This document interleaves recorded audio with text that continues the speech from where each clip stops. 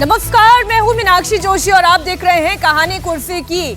और हमारे सभी मेहमान इस वक्त स्टूडियो में मौजूद हैं। हर्षवर्धन जी, विनोद जी, विजय जी, सुमीर जी, बहुत स्वागत आपका। आज हम एपिक स्टोरी पर बात करने जा रहे हैं। सर, पहली स्टोरी ही एपिक स्टोरी है। हाँ, एपिक है, ऐतिहासिक है। एपिक स्टोरी वाकई में एपिक है। एपिक यानी कि एक तो ऐतिहासिक और एक, जरा मैं फुल फॉर्म बता दूं एपिक का, जिस पर हम एक्चुअल में बात करने जा रही हैं। इलेक्टर्स फोटो आइडेंटिटी कार्ड यानी कि एपिक नंबर। एपिक नंबर को लेकर बिहार में नया घमासान छिड़ गया है। बिहार में वोटर लिस्ट में अपना नाम नहीं होने के दावे पर आरजेडी नेता तेजस्वी यादव घिर गए हैं। तेजस्वी यादव पर फर्जी वोटर लिस्ट बनाने का आरोप लगाया गया और चुनाव आयोग ने पूरे मामले की जांच भी शुरू कर दी है। तेजस्वी यादव ने कल दावा किया था कि उनका नाम ड्राफ्ट वोटर लिस्ट में नहीं है। चुनाव आयोग ने जब वोटर लिस्ट जारी की और ये बताया कि तेजस्वी का नाम नहीं कटा, तो उन्होंने फिर एक आरोप लगाया, फिर से एक प्रेस कॉन्फ्रेंस की। इस बार उन्होंने ये बताया कि उनका एपिक नंबर बदल दिया गया है। चुनाव आयोग ने तेजस्वी यादव के इस आरोप को भी खारिज कर दिया। चुनाव आयोग ने कहा कि तेजस्वी ने अपने वोटर कार्ड के साथ जो एपिक नंबर जारी किया, दरअसल उसका कोई रिकॉर्ड तो इलेक्शन कमीशन के पास है ही नहीं। चुनाव आयोग ने वोटर लिस्ट में तेजस्वी का जो एपिक नंबर जारी किया, उसी नंबर को तेजस्वी ने 2020 के विधानसभा चुनाव में अपने हलफनामे में दर्ज किया था। तो तेजस्वी यादव ने पहले आरोप ये लगाया कि उनका नाम वोटर लिस्ट से गायब है। उसका खंडन हुआ तो फिर एक नया आरोप लगाया गया कि उनका एपिक नंबर बदल दिया गया। और जो एपिक नंबर उन्होंने बताया, आप खुद उनके मुंह से सुन लीजिए क्या एपिक नंबर था, क्या आरोप था और फिर उसका स्पष्टीकरण इलेक्शन कमीशन की ओर से क्या आया। ये एप्लीकेशन है, मेरा भी नहीं है। हम चुनाव कैसे लड़ेंगे? अभी तो देखिए, ये चुनाव आयोग का एप्लीकेशन है और मेरा ईपीआईसी नंबर हमने इसमें डाला है। ईपीआईसी नंबर अगर आप चाहें तो हम बता भी दें।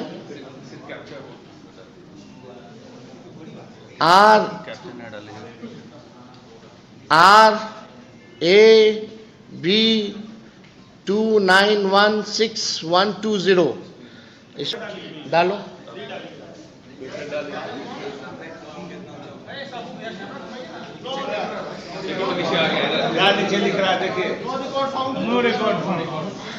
What does it mean?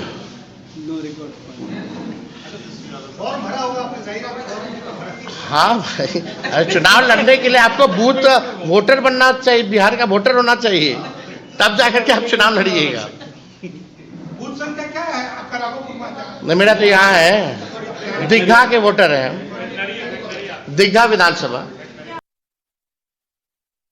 EPIC number मिलता है कि नहीं मिलता है? वोटर वाला होता है। तो आज हम ईपीआईसी नंबर ऑनलाइन चेक कर रहे थे तो उसमें तेजस्वी का वोटर लिस्ट से नाम नहीं। अभी हंगामा हो रहा है। फिर जब हंगामा होने लगा तो चुनाव आयोग कहती नहीं, नाम है, लेकिन जो मेरा ईपीआईसी नंबर है वो ईपीआईसी नंबर नहीं है, दूसरा ईपीआईसी नंबर हो गया। ईपीआईसी नंबर बदलता नहीं है। ईपीआईसी नंबर तभी बदलता है जब आप अपना नाम कटवा करके दूसरे राज्य में अगर जुड़वाइएगा अपना नाम वोटर लिस्ट में, तब जाकर के ईपीआईसी नंबर जो है बदलता है। अब देखिए, बम फोड़ने की बात तो राहुल गांधी ने कही थी, लेकिन बम फोड़ने का काम किया तेजस्वी यादव ने। लेकिन तेजस्वी यादव ने ऐसा बम फोड़ा कि यह बम ही फुस निकला, क्योंकि चुनाव आयोग ने तो यह कह दिया कि जिस एपिक नंबर की बात तेजस्वी यादव कर रहे हैं, दरअसल वो एपिक नंबर तो है ही नहीं। उनके पास कहीं भी किसी भी डिटेल में नहीं है ये एपिक नंबर। अब इस मुद्दे को हाथों हाथ बीजेपी ने दपक लिया। बीजेपी सांसद और प्रवक्ता संबित पात्रा ने कहा कि दो वोटर आईडी कार्ड है क्या तेजस्वी यादव के पास? दो एपिक नंबर कहां से आए? इस बात की जांच होनी चाहिए। चुनाव आयोग ने कहा जो एपिक नंबर डालने से तेजस्वी यादव जी का यह पूरा का पूरा पर्ची सामने निकल कर आता है और 416 क्रमांक पे वह वोटर लिस्ट पे मौजूद है, वह एपिक नंबर वही एपिक नंबर है जो उन्होंने 2020 के अपने हलफनामे में, नॉमिनेशन के अपने एफिडेविट में डाला था और उसी एपिक नंबर के आधार पर 2020 का पिछला विधानसभा का चुनाव भी लड़ा था और वो एपिक नंबर है, मैं पढ़ देता हूं, RAB 04562228। क्या तेजस्वी यादव के पास 2 वोटर आईडी कार्ड थे? क्या तेजस्वी यादव जी के पास, मैं कैमरे में नजर मिलाकर, मुझे पता है तेजस्वी जी आप टीवी देख रहे हैं और मुझे यह भी पता है बगल में राहुल गांधी जी बैठे होंगे एटम बॉम्ब लिए हुए, आप दोनों बैठे हुए हैं, मैं दोनों से निगाह मिला के पूछ रहा हूं, क्या तेजस्वी यादव जी आपके पास 2 वोटर आईडी कार्ड है? ये जघन्य अपराध, ये भारत के लोकतंत्र और चुनाव आयोग के साथ खिलवाड़ किसने किया है? अब देखिए, ये आरोप लगा कि वोटर लिस्ट में नाम कट गया। इलेक्शन कमीशन ने कहा कि नाम देख लीजिए है और सारी डिटेल के साथ है। फिर उन्होंने कहा कि एपिक नंबर चेंज कर दिया गया। तो चुनाव आयोग की तरफ से हर्षवर्धन जी ये कहा गया कि एपिक नंबर भी वो गलत बता रहे हैं। अब है क्या तेजस्वी यादव ने फिर एक गलती कर दी? देखिए, मुझे सचमुच चिंता से कहना पड़ रहा है कि तेजस्वी यादव पिछले कुछ समय से अपनी तरफ वाली राजनीति नहीं कर रहे हैं जो 2020 में वो कर रहे थे। 2020 में लाख कांग्रेस की पुशिंग के बावजूद, राहुल गांधी की कोशिश के बावजूद वो अपनी राजनीति कर रहे थे और वो बार बार कहते थे कि हमारे लिए बिहार का नौजवान है। वो ये भी कोशिश करते थे कि लालू जी वाली छाया न पड़े। अब तो खैर उसको बड़े दूसरे तरीके से वो प्रस्तुत करते हैं। लेकिन जरा इसमें सोचिए, 2020 में तेजस्वी यादव जिस पर चुनाव लड़े, बाद में उप मुख्यमंत्री भी कुछ समय के लिए रहे। सवाल यह है कि नहीं, पहले रहे थे, उसके पहले थे वो, तो जिस स्थिति में वो चुनाव लड़े, 20 वाले भी बाद में भी रहे। अच्छा, उसमें भी रहे। हाँ, देखिए 2 बार रहे। तो बिहार बड़ा कंफ्यूजिंग स्टेट है भाई। तो इतना कंफ्यूजिंग है कि उनके पास 2-2 एपिक कार्ड है। एपिक है, इतना कंफ्यूजिंग है कि उनके पास 2-2 एपिक कार्ड है। यानी इसका मतलब ये कि मतदाता सूची में उनका 2 जगह नाम है। कई बार ये हो जाता है, मतलब ये कोई ऐसी चीज नहीं है कि कोई पहली बार हुआ है, बहुत सी जगह होता होगा, बहुत सी जगह हो ही जाता है। लेकिन सवाल यह है कि तेजस्वी यादव के कद का व्यक्ति बिना कुछ जाने, बिना कोई पड़ताल के इस तरह से लोकतंत्र पर सवाल खड़ा करेगा। और वहां के डीएम जो हैं, वो त्यागराज एसएम शायद उनका नाम है, तो उन्होंने जो कहा, उन्होंने कहा भाई हमने तो तेजस्वी जी का नाम देखा जो मतदाता सूची बनी थी जिस पर वो चुनाव लड़े थे और बाद में विधायक और उप मुख्यमंत्री बने। तो जब अगर उसमें नाम है तो फिर हम दूसरा कहां से कार्ड खोजें? तो इसका मतलब ये हुआ कि या तो वो नंबर कहीं अस्तित्व में नहीं है और या वो नंबर दूसरा मतदाता पहचान पत्र है। तो अब तो इसका कोई मतलब वैसे जुगाड़ नहीं है। नहीं तो ये भी पता करना चाहिए कि क्या उनके दोनों मतदाता पहचान पत्र पर 2020 में वोट पड़ा है, क्योंकि ये भी एक बड़ा सवाल है। तो मुझे लगता है कि तेजस्वी यादव हड़बड़ी में ऐसी गड़बड़ी कर बैठे हैं जिसमें वो फंस गए हैं, जो चुनाव आयोग को फंसाने की कोशिश कर रहे थे। अब ये साफ साफ दिख रहा है कि चाहे कुत्ते के नाम से निवास प्रमाण पत्र बनवाना हो, उसमें भी कोई राष्ट्रीय जनता दल के नेता का नाम आया। इसका मतलब यह हुआ कि यह साजिशन, इरादतन, पॉलिटिकल प्रोपेगेंडा के तहत सबसे जरूरी एक्सरसाइज को मैं बार बार कहता हूं, भाई ये गलती हो सकती है, सारी पार्टियां मिलकर इसको ठीक करें, इसमें लड़ाई क्यों कर रहे हैं, ये समझ में ना आने वाली बात। तो मुझे लगता है तेजस्वी जी थोड़ा सा बैकफुट पे है। बैकफुट पे। विनोद जी, 2-2 नंबर कैसे हो सकते हैं? और अगर मान लीजिए 2 नंबर गलती से हो भी गए तो जो इस वक्त बीजेपी कह रही है कि आप चेक करवाइए, नाम कटने का दावा तो फेक था ही, ये चेक करवा लीजिए कहीं 2-2 वोटर आईडी कार्ड तो नहीं है। उन्होंने हाथों हाथ लपक लिया पूरे मामले को। जैसे हर्षवर्धन जी भी कह रहे हैं, मैं भी मानता हूं कि कई बार 2 जगह नाम हो सकता है। मतलब कोई ऐसी अनहोनी बात नहीं कि किसी का 2 जगह। एक बार वसुंधरा राजे का जो है 2 जगह नाम था, बाद में उन्होंने ये कटवाया जब वो मुख्यमंत्री चुनाव लड़ रही थी, विजय जी को पता होगा। तो इस तरह, लेकिन सवाल ये, एक बड़े नेता जो है जांच पड़ताल करने के बाद कोशिश ये करते हैं उनका नाम एक ही जगह रहे और दूसरी जगह हो तो कटवा देते हैं। अब चुनाव आयोग का जो एपिक नंबर दिया तेजस्वी जी ने प्रेस कॉन्फ्रेंस में, और जिसके आधार पर जांच की जिसमें उनका नाम नहीं मिला, चुनाव आयोग कह रहा है कि वो एपिक नंबर उनके रिकॉर्ड में ही नहीं है। जब रिकॉर्ड में ही नहीं है तो दूसरा कार्ड तो नहीं जारी हुआ होगा। अगर दूसरा कार्ड जारी होता तो 2 नंबर भी रिकॉर्ड में होता, दोनों जगह तेजस्वी का नाम होता। तो फिर तेजस्वी यादव ये एपिक नंबर कहां से लेकर आए जो वो खुद पढ़ के पूरा प्रेस कॉन्फ्रेंस में बता रहे थे? तेजस्वी जी बताएंगे कहां से लेके आए, लेकिन हाँ वो तो वही बताएंगे, मैं तो नहीं बता सकता। हम यहाँ चारों में से कोई नहीं बता सकता कहां से लेके आए। लेकिन प्रेस कॉन्फ्रेंस उनको सोच समझ के करनी चाहिए। और जैसा वो राष्ट्रीय जनता दल के नहीं, महागठबंधन के सबसे बड़े नेता हैं बिहार में। जी। और वो अगर कोई बात करेंगे तो उसका असर, उसकी छाया, उसका प्रभाव पूरे महागठबंधन पर पड़ेगा। इसलिए अगर उन्होंने प्रेस कॉन्फ्रेंस में कहा कि मेरा वोट कट गया, चुनाव आयोग ने दिखा दिया कि आपका वोट है, फिर एपिक नंबर आपने जो बताया वो गलत निकला, उनका दूसरा एपिक नंबर है, तो इन सब चीज़ों की सफाई तेजस्वी जी को देनी चाहिए और तेजस्वी जी को बहुत सोच समझकर सारी जांच पड़ताल के बाद कोई बात सार्वजनिक करनी चाहिए। भाई चुनाव आयोग को आप कटघरे में खड़ा करने के लिए जबरदस्ती थोड़ी करेंगे। जहां वाकई गलती हो, जहां कोई जेन्युइन गलती हुई हो, कोई ऐसा व्यक्ति मिले जो मर गया, मृतक में दिखा दिया गया और जिंदा हो और वो सारा पुख्ता सबूत हो, तो आप उसको सार्वजनिक करिए। तो ये बजाय हड़बड़ी में करने के चीज़ों को, और ये बात सही है, देखिए चुनाव आयोग को कटघरे में खड़ा करने की बजाय राजनीतिक दलों की जिम्मेदारी है कि अगर कोई गलती हो रही है ग्राउंड लेवल पर तो उसको दुरुस्त करने में मदद करें। वो चाहे राष्ट्रीय जनता दल हो, कांग्रेस हो, जेडीयू हो, बीजेपी हो, बजाय ये कि आप वो गलती पकड़ करके या गलती बना करके आप उसके कटघरे में खड़ा करने की कोशिश करें। बेहतर ये हो कि आप कोशिश करें कि चुनाव आयोग, क्योंकि ये बहुत बड़ी प्रक्रिया है SIR, उसमें तमाम सारे कर्मचारी इन्वॉल्व हैं, किसी लेवल पे हो सकता है ह्यूमन मिस्टेक भी हो सकती है, ह्यूमन एरर भी हो बिल्कुल, सकता है। बिल्कुल ठीक बात नहीं, मैं कह रहा हूँ किसी अधिकारी या किसी कर्मचारी का इंटेंशन भी हो सकता है, कहीं पर ऐसा भी होता है। आयोग की बात नहीं कर रहा हूँ, कई बार होता है, मतलब ये व्यक्तिगत इंटेंशन किसी का हो सकता है। जैसे व्यक्तिगत इंटेंशन अभी तेजस्वी यादव का लग रहा है कि वो बस इलेक्शन कमीशन को कटघरे में खड़ा करना चाहते हैं। कटघरे में खड़ा करने के बजाय आप उसको बेहतर ठीक करें, उसके बाद अगर चुनाव आयोग आपकी सुनवाई न करे, अगर चुनाव आयोग में आपने चीजें दी कि भाई ये गलत है इसको ठीक करिए और फिर ना करे, तब आप पब्लिक में आइए। कल एक मित्र ने बड़ा एक मासूम सा सवाल पूछा फोन करके शो के बाद ही। उन्होंने कहा अच्छा ये बताओ कि ये क्या चुनाव आयोग का कोई हर जिले में ऑफिस होता है? तो मैंने कहा कोई ऑफिस नहीं होता है, तो सिर्फ नेशनल इलेक्शन कमीशन है, स्टेट इलेक्शन कमीशन है, डिस्ट्रिक्ट में डीएम का ऑफिस ही उसी ऑफिस में कन्वर्ट हो जाता है। तो सवाल यह है कि अगर वही मशीनरी है तो चुनाव आयोग कैसे डिक्टेट कर सकता है? पटना में या मुजफ्फरपुर में या सीतामढ़ी में, मतलब किसी भी जगह पर जाकर वो कैसे, सीवान में जाकर कैसे वोटर सारे बदल देगा? उसका कोई तंत्र नहीं है। और जो दूसरा हिस्सा है वो बीएलए का, वो राजनीतिक दलों का तंत्र है। इसी में एक बात, वो चूंकि राज्य सरकार के ही कर्मचारी होते हैं, चूंकि राज्य प्रशासन के ही लोग होते हैं, इसीलिए विपक्षी दल, कोई दल हो, वो हमेशा सरकार को कटघरे में खड़ा करने के लिए कहते हैं कि उनकी मतदाता सूची कमजोर कर दी गई, नाम काट दिए गए, तो कर्मचारी सरकारी होते हैं। बात करना चाह रही हूँ, इसीलिए मैं इसके पॉलिटिकल इम्पैक्ट पर काम करना चाह रही हूँ।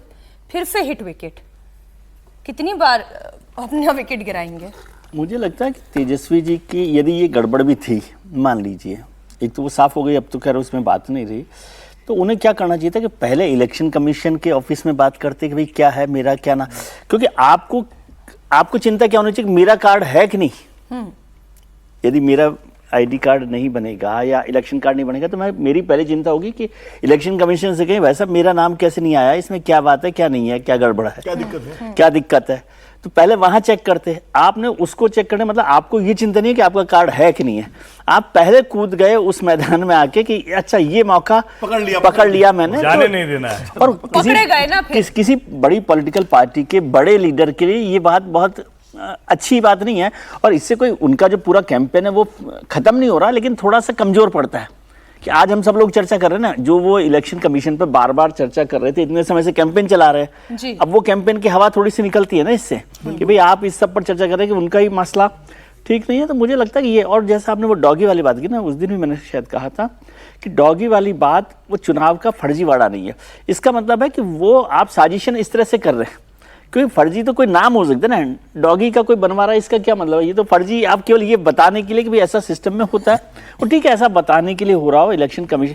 और जब ये सब फर्जीवाड़ा हो रहा है, उसी के लिए SIR कर रहा है इलेक्शन कमीशन, तो आप तो उसकी बात को मजबूत कर रहे हो ना एक तरह से।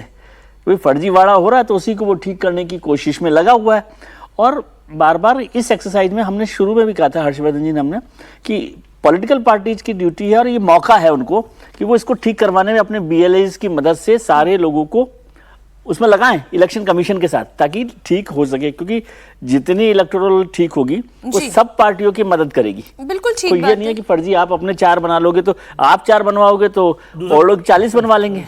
तो जो फॉर्मूला लेकर समीर जी तेजस्वी यादव चल रहे थे, वो फॉर्मूला अभी तक तो जो 2 इंसिडेंट हैं, जो 2 एग्जाम्पल हमारे सामने आए हैं, वो खराब और गलत साबित हो रहे हैं।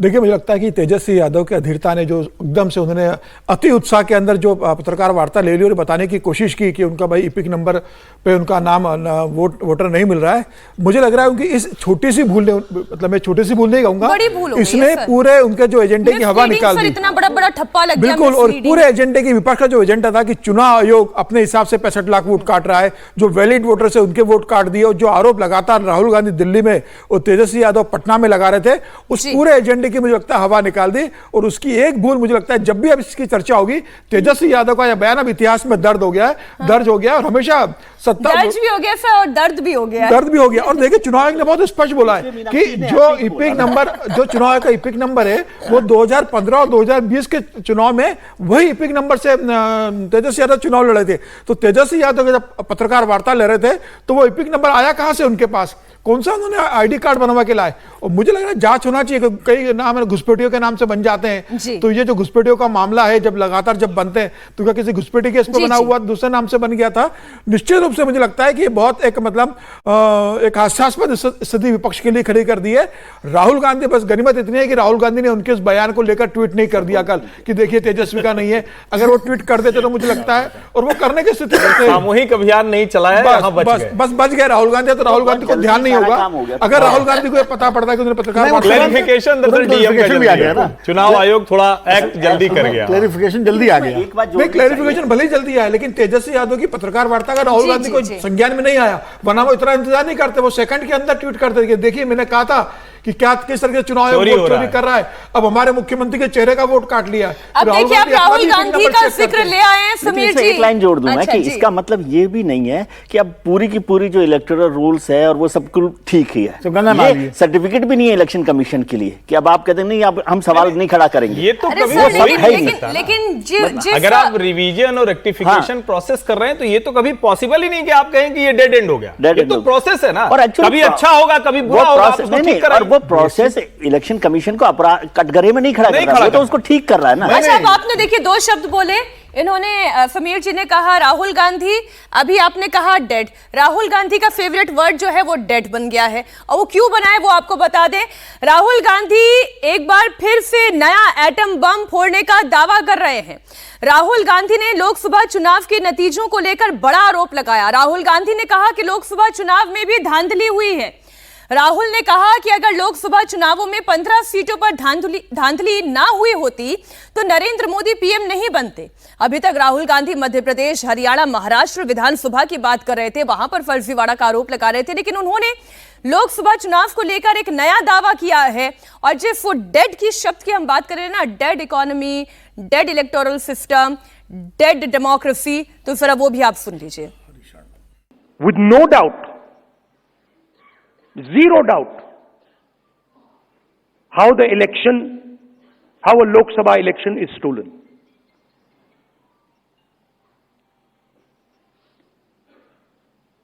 Six and a half lakh voters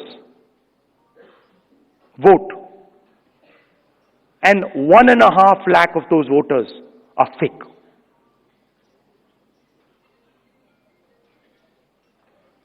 Six and a half lakh voters vote, 1.5 lakh voters are fake. It's on paper. Documentation that we got is that the election system in India is already dead. Please remember one thing. The Prime Minister of India is the Prime Minister of India with a very slim majority. If 15 seats were rigged, and we suspect actually the number is much closer to 70, 80, 100. If 15 seats were rigged, he would not be the Prime Minister of India. And we are going to prove to you, in the coming few days, we are going to prove to you without any doubt in the coming few days how a Lok Sabha election can be rigged and was rigged. Lok Sabha election can be rigged and was rigged, यानी कि धांधली की जा सकती है और धांधली हुई है, ये राहुल गांधी का आरोप है। चुनाव आयोग को अब उन्होंने डेड बता दिया है, ये राहुल गांधी का बयान है। अभी उन्होंने डेड इकोनॉमी कहा था कुछ दिन पहले ही, अब उन्होंने इलेक्शन कमीशन को यानी कि पूरी की पूरी चुनाव प्रक्रिया को ही डेड बता दिया है। विनोद जी, 70 से 100 सीटों पर धांधली हुई, इतना बड़ा आरोप है राहुल गांधी का। भाई राहुल गांधी ने आरोप लगाया, राहुल गांधी इसको साबित करें, उनकी जिम्मेदारी है। खाली नेता विपक्ष साबित ही हैं, तो नहीं कर पा रहे हैं। नहीं, अब वो कह रहे हैं मेरे पास बम है मैं फोड़ूंगा, अब कब फोड़ेंगे पता नहीं। तब देखो कल किसी ने कहा, शायद किसी नेता ने कहा जी, बेंगलोर में प्रेस कॉन्फ्रेंस कर रहे हैं वो, बेंगलोर में 5 तारीख को शायद कर रहे हैं प्रेस कॉन्फ्रेंस, वो उसमें शायद बम फोड़े या बम का कुछ वो करें, परीक्षण, परमाणु परीक्षण जैसे होता है। तो लेकिन अब ये तो उनको देना है सबूत, क्योंकि आरोप वो लगा रहे हैं, मैं तो लगा नहीं रहा, ना विजय जी लगा रहे हैं, ना समीर जी, ना हर्षवर्धन जी, तो हम कहाँ सबूत देंगे? नहीं, वो कह रहे हैं ना 24 का चुनाव चोरी हो गया था हर्षवर्धन जी, वो ये कह रहे 15 सीटें और मिल जाती तो मैं पीएम बन जाता। देखिए, डेड इकोनॉमी, हमारे विपक्ष का पीएम होता है। डेड इकोनॉमी और डेड इलेक्शन पर सिर्फ 2 आंकड़े। डेड इकोनॉमी ऐसी है कि यूपीए के शासन काल में राहुल गांधी जी शेयर बाजार में पैसा कम लगाते थे, यानी जो इकोनॉमी के इंडिकेटर्स होते वो बचा बचा के बचत वाला खाता, एफडी उस सब में रखते थे। इधर रखते हैं शेयर बाजार में, वो कितना शेयर उनका हो गया? 10 गुना अधिक। 5 महीने में 50 लाख कमा ले गए इस डेड इकोनॉमी से। और डेड डेमोक्रेसी में क्या हुआ? जब 2019 में थे तो 50,000 से वो स्मृति ईरानी से हार गए थे, और अब की 3-3.5 लाख से वो जीत गए। तो ये डेड डेमोक्रेसी और डेड इकोनॉमी, वो क्या कह रहे हैं? खुद कमाई भी कर रहे हैं, खुद जीते भी जा रहे हैं, कम बीजेपी का हुआ। तो या तो वो समझ नहीं पा रहे, या वो ये स्क्रिप्ट थी 19 वाली, उसको किसी ने रिविजिट नहीं किया। 50 से 99 पर भी हो गए उधर। हाँ, 50 क्या, 52 से 99 हो गए। तो किसी ने उनको जो स्क्रिप्ट 2019 में दी थी उसको रिविजिट नहीं किया। होता है ना, करेक्शन करना पड़ता है। आप कितने भी अच्छे लेखक हों, कितने भी अच्छे लिख रहे हो, तो लोग कहते हैं, यहां तक कि पुस्तक का भी लोग रिवाइज संस्करण निकालते हैं। और राहुल गांधी तो स्ट्रेटेजी तक नहीं बदल रहे हैं। तो एक तरह से देश को वो संसदीय शब्दों में कहूं, कल से विनोद जी ने कह दिया तो मैंने झूठ नहीं बोलता हूं, मैं असत्य वचन कर रहे हैं। और असत्य वचन करके देश को, अगर असत्य बोलने में भी आपको एतराज हो तो गलत बयानी बोल सकते हैं आप। हाँ, राहुल जी को शायद गलत बयानी अच्छा लगेगा। असत्य तो थोड़ा संस्कृत निष्ठ हो गया, हिंदी हो गया, तो गलत बयानी। ये लेकिन जो बात कही गई है और मिसलीडिंग करके baseless fact check, election commission of India ने सर विजय जी जो पोस्ट किया है उसमें उन्होंने लिखा कि during the preparation of electoral roll for Lok Sabha 2024 both the draft and final electoral list were shared with all the political parties. ऐसा भी नहीं है बाकी पॉलिटिकल पार्टीज से ये लिस्ट शेयर ना की गई हो, हमेशा होता है, ये रेगुलर एक्सरसाइज है। कोई सर वो ये कह रहे हैं hardly any appeals were filed across all 36 state and union territory by INC. Indian National Congress ने 36 राज्यों और यूनियन टेरिटरी में से हार्डली कोई एप्लीकेशन उन्होंने फाइल की, कहीं से कुछ तो किया होता उन्होंने, और फिर आपने सिर्फ आरोप लगा दिया। उसके साथ साथ जो 12 जून की जो चिट्ठी है, जिसके लिए इलेक्शन कमीशन ने कल भी कहा था कि वो उन्होंने पहले मेल किया था और फिर राहुल गांधी जी को चिट्ठी लिखी है, तो इससे बड़ा मौका क्या हो सकता है? उससे पहले मैं देख रहा था कि हर्षिव जी को भी याद होगा कि पहले कहा जा रहा था कि विपक्षी नेताओं को इलेक्शन कमीशन मिलने का वक्त नहीं दे रहा। बिल्कुल, ये बात काफी चली उसको लेकर, और वो सही भी थी कि 3-4-6 महीने उस पर कोई बात, 6 महीने बात नहीं हुई। तो जब इलेक्शन कमीशन खुद आपको बुला रहा है, खुद मौका दे रहा है कि भाई आप इस पर बात कर सकते हैं, तो उससे बेहतर मौका क्या हो सकता है कि आप सारे फैक्ट्स को लेकर और वो सारा बम इलेक्शन कमीशन के सामने फोड़ देते और फिर बाहर आके बताते, देखिए कितना धुआं हुआ है, कितनी गड़बड़ हुई है, कितनी सारी चीजें हैं। तो उड़ ही जाता इलेक्शन कमीशन, इलेक्शन कमीशन तभी उड़ जाता। तो 12 जून का एक मौका था, मुझे नहीं पता कि उनकी क्या रणनीति रहती है या क्या व्यस्तता है। इलेक्शन कमीशन कह रहा है कि 2024 में ही, मतलब इस लोकसभा चुनाव के दौरान केवल 8 इलेक्शन पिटीशन आई है, वो भी लूजिंग कैंडिडेट्स की ओर से ये पिटीशन आई है। ठीक है, वो तो लूजिंग कैंडिडेट्स ही ज्यादातर पिटीशन करते हैं, जीत जाता वो तो बचाएगा ही कि जैसे जीत गए, ठीक है। लिस्ट की बात करूं कि जो लिस्ट भी आई थी, अगर उसमें अगर आपको धांधली लग रही थी तो मैं ये कह रहा हूँ कि मैं उनके आरोपों पर कहीं नहीं जा रहा कि वो गलत है कि सही है, वो तो उनको साबित करना है। मैं कह रहा हूँ जब उनके पास मौका है सीधे ही इलेक्शन कमीशन के सामने इस बात को साबित करने का, जी, उनको क्या करना है? उनको इलेक्टोरल सिस्टम को ठीक करना है। मैं ऐसा समझता हूं, उनकी ईमानदारी पर मैं कोई शक नहीं कर रहा। तो इलेक्टोरल सिस्टम कौन ठीक कर सकता है? हर्षवर्धन जी कर सकते हैं, यहाँ पर बम फोड़ देंगे तो इलेक्शन कमीशन ही उसको ठीक करेगा ना। तो वहां आपके पास सीधा मौका है 1-on-1, फिर वो स्पेशल इंटेंसिव पिटीशन होता है, तो फिर वो ये कह रहे हैं कि 1-on-1 आपके पास मुलाकात है और इलेक्शन कमीशन तो खुद ही अपने पैरों पर कुल्हाड़ी मार रहा है, कह रहा है कि भाई आप आइए और बताइए। तो जब उन्होंने कहा कि आप आ जाइए और बताइए, तो उससे बेहतर मौका क्या राहुल गांधी जी के पास हो सकता था?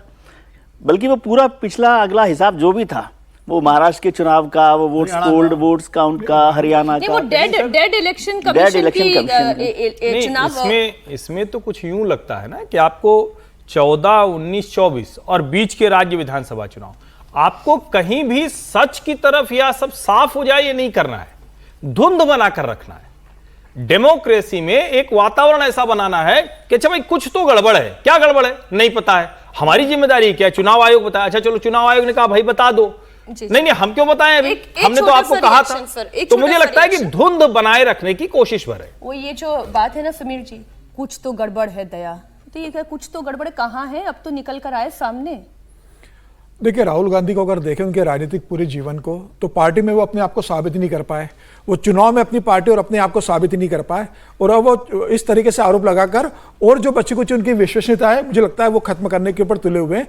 रोज आप अनर्गल आरोप लगाओ, रोज आप बेबुनियाद आरोप लगाओ, रोज आप ये बोल दो कि मेरे पास एटम में मेरे पास 15 सबूत सीटें है, मिल जाती है 15 तो सीटें मिल जाती प्रधानमंत्री है। मोदी तो नहीं राहुल होते। गांधी को 15 सीटें हमने दे दी, बीजेपी की 15 सीटें आप कम कर दीजिए, 240 से 15 सीटें 225 सीटें बीजेपी गई। राहुल गांधी बताया 15 सीटों को मिल जाती तो वो कैसे प्रधानमंत्री बन जाते, या विपक्ष कैसे अपना प्रधानमंत्री बना लेता, या 15 सीटें बीजेपी की कम हो जाती तो कैसे बीजेपी अपना प्रधानमंत्री नहीं बना पाती। आप बताइए ना कि 15 सीटें वो कौन सी है कि जो धांधली से जीती गई। आप कह रहे हो ना 15 सीटें, तो आप बताइए, सीटों की सूची लेके आइए, डाटा लेके आइए, कोर्ट में जाइए, चुनाव के पास जाइए। कहानी चुनाव कुर्सी की आपको देख रहे बुलाता है, होंगे, तो चुनाव को आपके जाते सवाल नहीं उन है। तक पहुंच गए होंगे। लेकिन ये साहस तो मतलब थोड़ा तो आप राहुल जी को दाद दीजिए कि 225 हो जाती तो भाजपा ना बना पाती, और 99 में 15 जोड़ के 114 होगी वो बना लेते। आप नहीं, उनके साहस की लेकिन दाद दीजिए। 2004 और 2009 बीजेपी कांग्रेस की सीटें थी 145, हाँ। बीजेपी की थी 138। 2009 में ज्यादा थी, 206 थी। हाँ, वो नहीं, मैं बाद में 9 में बढ़ गई। 2009 की बता ही रहा हूँ,